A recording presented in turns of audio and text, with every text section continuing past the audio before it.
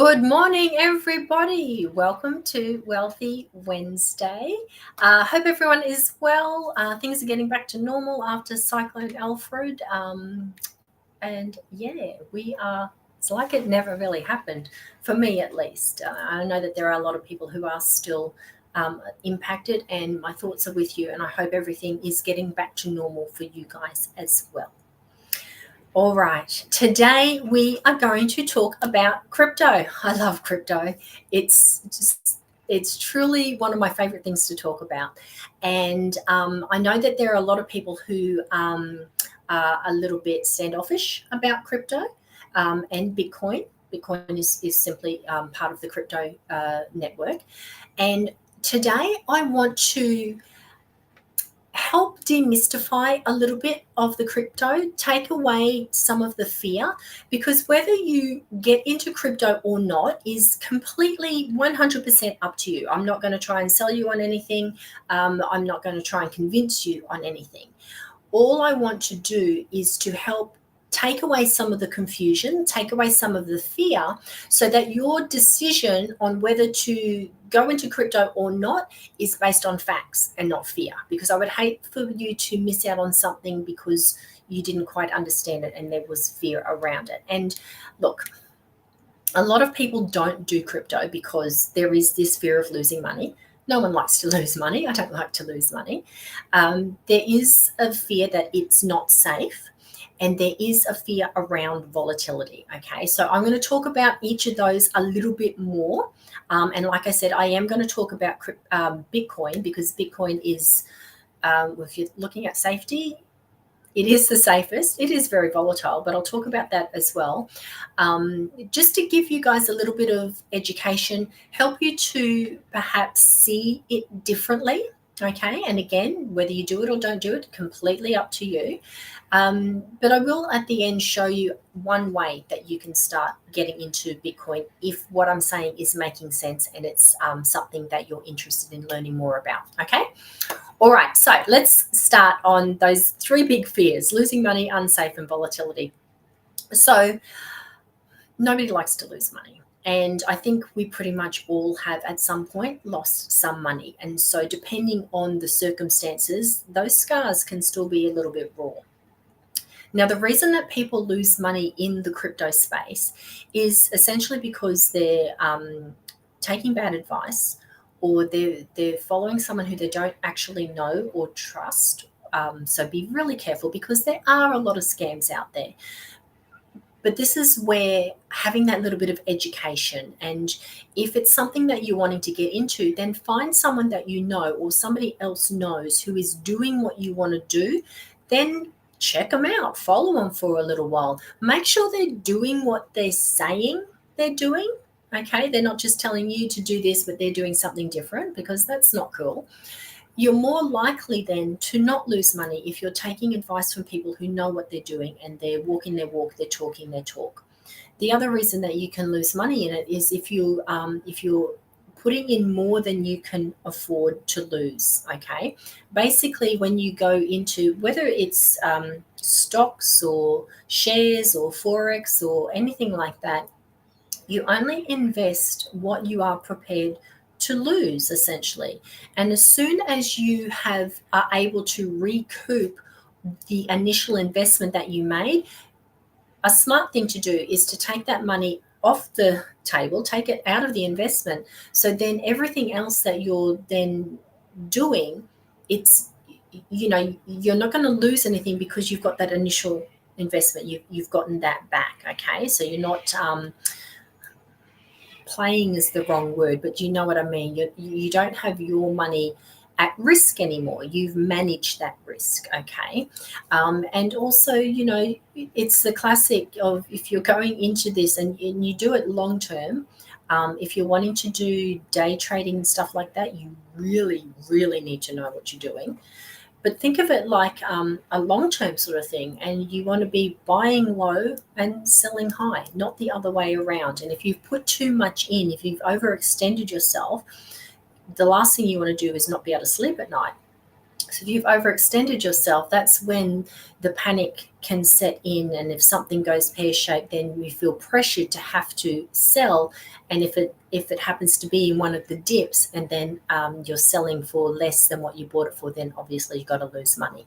So losing money, yes, it's a legitimate concern. However, there are lots of things that you can do around that to make money, because there are a lot of people making money in crypto as well. And so this is where, I want you guys to be on the making money side of things, okay?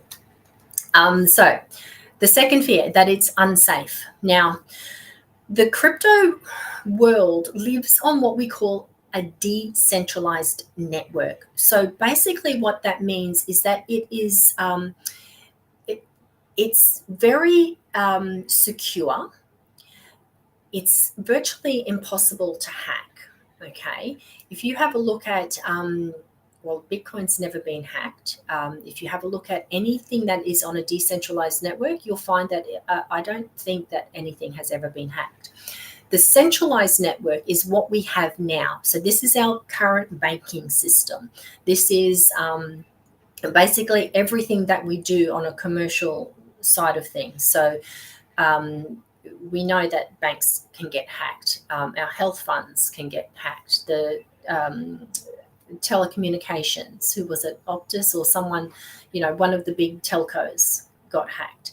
So corporations can get hacked because they are on a centralized network where it's easier for people to hack into these things. So on the crypto network being decentralized, it's like everything is stored on what they call these nodes, and it's across a huge network, and it's stored on something called the blockchain. Now, I'm not going to get too jargony here with you.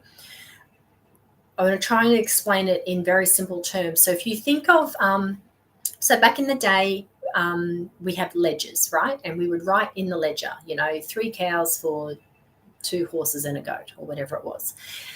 So the blockchain is like an electronic ledger. So when a ledger page gets full, a block is the equivalent on the blockchain is that a block becomes full. Okay. Lots of things happen in the background where they're validating transactions, making sure that they're regi-dig. So once that block becomes full, it forms the block, and then a new block is started. So in the ledger, it's a new page is started. Now, each block is only linked to the previous block. So this block is linked to this block. This block's linked to this block. This block here has got nothing to do with this block. So this is where that extra security and stability comes in, because if something happens to this one, it's only linked to these two. It can't take down the whole system. To be able to hack a decentralized system, it's like if you had 1,000-piece jigsaw puzzle and you had one puzzle piece in 1,000 different boxes with 1,000 other pieces, and you've got to find the right combination to be able to hack it. Okay, so it's extremely safe. It can't be manipulated. It's very transparent, so there can't be all this underhand deals and stuff going on the blockchain. You can go on and you can see transactions, every transaction on the blockchain. Now, it doesn't have any personalized details, but it has got the transaction information. So it's very transparent. Okay, so it's safer than our centralized system. If something happens, this was months ago now, there was an update, a software company, I think it was in America, did some sort of software update. And anyway, it took their system down for an hour. Okay. The ripple effect, though, was across over here in Australia, we couldn't use the banking system. Okay. So people couldn't get access to their money. And that affected, obviously, people, it affected businesses for a couple of days. Okay, that's a centralized system. It has this on-flow ripple effect. That cannot happen on a decentralized system because of the way it is structured. So it is completely safe. And the other thing with a decentralized system is that you can also have what they call a decentralized wallet, where you hold all of your crypto assets. Okay, so even exchanges at the moment. So an exchange where you trade Australian dollars for Bitcoin or BNB or Ethereum or any other coin, it's still on a centralized system. So it is susceptible to being hacked. If you take your Bitcoin or your crypto off that and put it in a decentralized wallet, it's an added layer of security for you. So what that means is that you are the one holding the keys to that. So the buck stops with you, which is a good thing as well. But you are the one holding the keys. You are the one in control. I've currently, at the moment, I've got the exchange is not letting me access my money. All right, which is just blows me away. That can't happen on a decentralized system either. You have access to it, you have control of it. And because you are the one holding the keys, it's really, really hard to hack as well. It's virtually impossible. Okay. So it's very, very safe. So the third thing, volatility. So we're talking about if you know Bitcoin, it's going up and down all over the place. It hit its high of 100,000 a few months ago. Since then, it's been going up and down. It's gone down a little bit now. People can look at that and go, oh, it's too risky. You're only going to lose money, like I said in the beginning, if you buy high and sell low. So don't do that. Okay. So this is a long-term thing. It's not a get-rich-quick scheme. So volatility, it depends on your perspective on things as well. You can see it as a good thing or as a bad thing. People within the crypto space see that volatility as being a good thing because yes, it's up and down, but there is really huge growth. Okay. So it's like if you're a surfer, okay, the ocean is nice and calm. So that's like having something stable, like maybe a term deposit or I don't know, even your super. You can get one of those low risk supers that don't go invest in companies that are a little bit up and down, which is fine. But they don't go anywhere either. So if you're a surfer on the calm ocean, you're sitting there, it's fine, but you're not really going anywhere. So the surfers, you watch them, they're waiting for the big waves because those big waves is where the big rides come in. Okay, so that's the same with the volatility. They know that the ups and downs is where the growth is. Now, if you look at Bitcoin back in, oh gosh, I think it was about 2017, one Bitcoin was worth about $900 and today it's worth around that 80,000 US dollars per coin. So that is huge growth. And if you stayed if you stayed out in the ocean waiting for the big rides and you didn't come in or panic, because you had your balance, you had your good surfboard and you knew that it's the cycle, then you'd be laughing if you got in on it there and you stayed with it. Okay. So it's not a get rich quick thing. It's something that you want to look at it as a long term, like you do with your super. You get into super for a long term thing. You don't go checking your super every day. However, do go and check your super from time to time and make sure the returns you're getting are actually good and not, what they say is good is not necessarily good. So question that as well. All right, that's a different topic. Okay. Now, why I choose Bitcoin is because of those reasons. It is very safe. Now, Bitcoin's been around since 2009. Okay, so it's not a fad anymore. It's paid its dues. It's shown that it's here for the long term. It's known as the granddaddy of crypto. So if you want to get into crypto, Bitcoin is going to be your safest way to do that. They're calling it digital gold because it holds its value as well. And because there is a finite amount of Bitcoin, there's only ever going to be 21 million Bitcoin in circulation ever. So that finite amount means it holds its value. It's not going to be eroded by inflation. Okay. So back in the day, the dollar used to be tied to gold. So there couldn't be more dollars printed than there was gold, okay? And that held the value. So it wasn't until I think it was around 1971 President Nixon decided to change all of that because other countries were coming in buying the gold, and he was afraid that the US was going to lose their gold stocks. So they stopped having the dollar tied to gold, which means they can print however much money they want. And this is when inflation started, okay? Because the value of the dollar has decreased because they can just print more when they need it. They just print more. It's gone out of control. Now, countries like El Salvador, they've really gotten on board with Bitcoin. They did that a few years ago and bought up a whole heap of stores of Bitcoin, and they were able to actually clear their country's debt with Bitcoin. They've also introduced Bitcoin as just an everyday currency. You can pay in US dollars or you can pay in Bitcoin. Now, what that means, and you may not be aware, that a lot of people around the world, there's millions of people around the world who don't actually have access to the banking system that we know of, okay? El Salvador was one of those countries. But having Bitcoin as a currency of that country allowed everyone to have access to a banking system. They could buy things. You can buy your coffee with Bitcoin, okay? So it made it more accessible. And because of this as well, the tourism for El Salvador really went through the roof because people who had Bitcoin would go there on holidays because Bitcoin doesn't lose its value. If I wanted to go to El Salvador, I would have to exchange my Australian dollars to US dollars because that's what they trade in. The US dollar, I think it's around 64 cents now. So, I'm losing money there.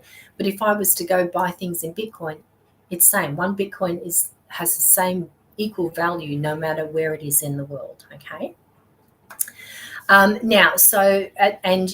It's very safe. It puts me back in control of my money. It's something that I'm able to have something running in the background that I know is growing, and it's a proper asset that I've got going on. So that's why I love Bitcoin. Now, the traditional way to buy Bitcoin is to exchange it for money. Now, you may or may not know that you don't actually have to buy a full Bitcoin because, not everyone's got 80,000 US dollars sitting in the ashtray, all right? But you don't have to. You can buy a fraction of it. So Bitcoin is actually divisible into smaller units called Satoshis. So one Bitcoin can be divided into 100 million Satoshis. So that's just like $1 can be divided into 100 cents, okay? So that means that anyone can buy Bitcoin no matter what their budget. So you can start small and increase it, okay? If you want more, you then just go and buy more. You exchange your Australian dollars, US dollars, whatever currency you have, and you buy Bitcoin, okay? Just an exchange.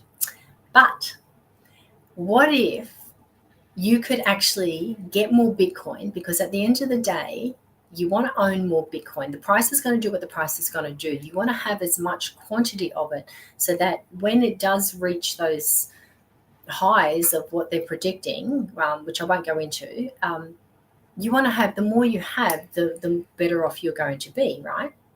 But not everyone has the money to keep buying Bitcoin. So this is the problem. So if you loved apples, okay, let me put it in another way. If you loved apples, the smart way to always make sure you had apples would be to plant an apple tree in your backyard, okay? So anytime you want an apple, you go down, pick an apple off the tree, and you have it, instead of having to go down to Woolies and keep handing over your money for apples, okay? You just go to your tree. So instead of apples, what if you had a tree that grew Bitcoin? So instead of having to keep buying more Bitcoin to increase your stores, you've got a tree that keeps growing it for you. All right? That sound interesting? This is what blew me away, because you can do this. And this is the thing, you don't know what you don't know. So there's this little piece of technology, and let me just share it with you. And it's on my screen. You can see that there? This little tiny thing is about this big, and it's called a bit booster. Now, this little thing is like having an apple tree, but this thing is growing Bitcoin, not apples, okay? So very, very quickly, Bitcoin is mined So they've got computers. They call them miners, but they're just computers that need to solve a very complex algorithm. And the first miner or computer to do that is awarded Bitcoin. Okay, so every 10 minutes there's Bitcoin up for grabs. Every 10 minutes it's about 3.125 Bitcoin that is available to be mined. So these miners are out there essentially competing against each other to be the ones that mine the most Bitcoin. All right. So every day there's 450 Bitcoin available to be mined, and 450 times 80,000. I don't know. That's too much maths to do in my head, but that's a lot of money, right? Available. So you want to be the one who is mining it. Now, to get into mining, it's quite expensive. It's very involved. It's a whole thing. But you don't have to get into mining. This little thing, this little bit booster here, is your way to get into it without having to spend a lot of money. Because what this device does, it helps the miners increase their production between 100 and 300% per day. Okay, so think of it like mining Bitcoin is like if you had a little shovel and you're trying to dig a hole for a swimming pool. All right, and you've got this little shovel and you're doing it. So it's quite involved. It's hard work. It takes time. This little bit booster is like coming in with the backhoe, okay, and digging the hole with the backhoe. So what the people who have produced this technology, they've partnered up with the Bitcoin mining farms, with some of the Bitcoin mining farms, to help increase their production. And this is a way that you and me, everyday people, can get into Bitcoin without spending a huge amount of money. Okay, it's leveraging some great technology to help the production. Now, this little machine, I hope this is making sense to you. But when I say you can get it in on this at a very low entry point, this little bit booster is $1,000 US, which is around about 1,600 Australian dollars at the moment. So you can buy one of these things. And what that means, if you spend $1,000 US today and just bought Bitcoin the traditional way, you'd get, oh, look, depending on the price, but you're going to get around about 0.001 of a Bitcoin, I think it is. So no, it's 0.01 of a Bitcoin. Okay, if you were to take $1,000 and say, here, I want Bitcoin, that's how much you would get. After 12 months, you would still have 0.01 Bitcoin unless you put your hand in your pocket and you purchase some more. So remember, this little thing is like having your apple tree growing Bitcoin. So if you spent that same $1,000, bought one of these bit boosters, in 12 months' time, you would have 0.029 of Bitcoin. All right. So that's like almost 3 times as much, because it is growing it a tiny amount every day, and you haven't had to put your hand in your pocket to get more. But because it is constantly growing, after the second year, you're going to have around about 0.059 Bitcoin. Whereas on the other one, you still got your 0.01 unless you put your hand in your pocket again. So it keeps growing year on year on year on year, which is why this little fella here is like having an apple tree growing apples in your backyard. You have got a little Bitcoin tree growing Bitcoin for you every single day. All right. Does that make sense? That blew me away, because it's a way that this year for us in particular, we are about growing assets, okay? And this was a way for us to get into the market without having to keep spending lots and lots of money. Now, if you wanted to, you could own a whole bunch of these bit boosters, okay? You could have a whole apple orchard if you wanted to. It really comes down to what you're comfortable with and what your financial goals are as well, and what you actually want to do. So there's lots of, I find it quite exciting anyway. So there's lots of options available for you as well. So let me wrap this up by just saying that The financial world is evolving. Bitcoin is at the forefront, and this is one way for you to get into Bitcoin, get on the Bitcoin train without overwhelming yourself and without overwhelming your budget. So if it sounds interesting to you, if you'd like to know more about it, you're very welcome to pop a comment below. You're welcome to send me a DM. I'm happy to explain anything, obligation free. Okay, answer whatever questions you have, show you how it works, break it down for you step by step so that you are comfortable, you understand what's going on, and then you get to choose. Yes, it's for me. No, it's not to me. I don't mind, all right, at the end of the day, because I just want people to be aware of what is possible. And if you want to do something different, and this is us, we can't keep doing what we've been doing, because getting older now, and I don't want to be working for the rest of my life. I want to change things up so that I can retire in the next 8 years and not be working until I'm a million years old. Okay. So it's one of those things that is a step in the door for you. So if you're interested, put a comment, tag me, DM me, and yeah, I'm happy to share more information about this and how it can potentially benefit you and your family. All right, everyone, have an amazing day, and I will see you all again on Friday. Bye-bye.